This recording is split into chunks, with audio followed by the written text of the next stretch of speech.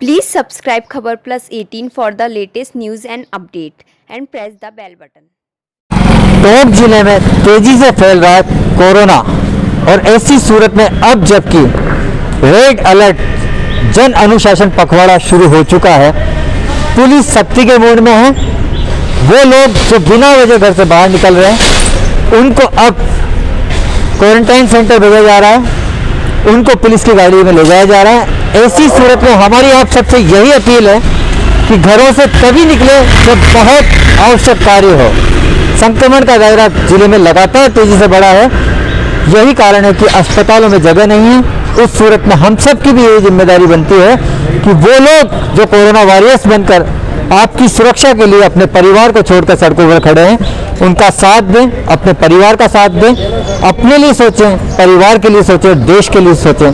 तभी हम कोरोना संक्रमण की इस चेन को तोड़ने में कामयाब हो पाएंगे।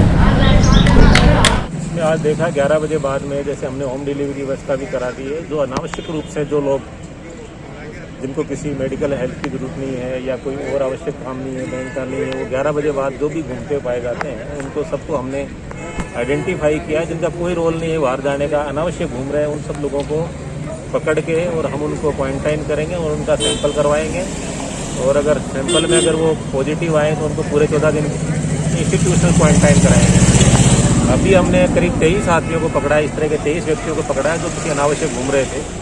उनको हम क्वारंटाइन सेंटर लेके गए हैं, बाद में इनका सैंपल करवाएंगे। सैंपल कराने के बाद अगर ये पॉजिटिव पाया जाए तो पूरा उनको वहीं इंस्टीट्यूशन क्वारंटाइन कराएंगे। और सख्ती से हम पालना कर रहे हैं कि किसी भी सूरत में जो है ये अनावश्यक लोग बाहर नहीं घूमे। कोई होम डिलीवरी व्यवस्था कराते तो किसी भी सूरत में ये इसको फैलने से, संक्रमण को जो है रोकने के लिए अभी सख्ती करना नितांत आवश्यक है। टोंक जिले में तेजी से कोरोना संक्रमण फैल रहा है, इस सूरत में आप पुलिस कप्तान होने के नाते जिले की जनता से किस तरह की अपील करना चाहेंगे? मैं जिले की जनता से ये अपील करना चाहता हूँ कि किसी भी सूरत में, अब तो इतना फैल गया है सभी जगह, ये है कि अगर घर में भी रहें तो मास्क लगाएं और अपने आप को सैनिटाइज रखें और जितना हो सके बहुत ही कोई आवश्यक हो तो घर से बाहर निकले, अदरवाइज घरों के अंदर ही रहें। ये 14-15 दिन अगर घरों के अंदर रहेंगे तो इसकी चैन को हम तोड़ पाएंगे। अदरवाइज जहाँ जाए इसकी स्ट्रिक्टली कंप्लाइंस नहीं हो रही। इवन हमने हमारे जो सरकारी मुलाजमान पुलिसकर्मी हैं उनको भी हमने छुट्टियाँ देने के लिए बहुत कोई आवश्यक हो तो ही जाए, वरना गाँव में, शादियों में, विवाह में या अन्य सामाजिक समारोह में जितना बाहर रहते हैं कहीं ना कहीं से वो संक्रमण लेकर के आते हैं।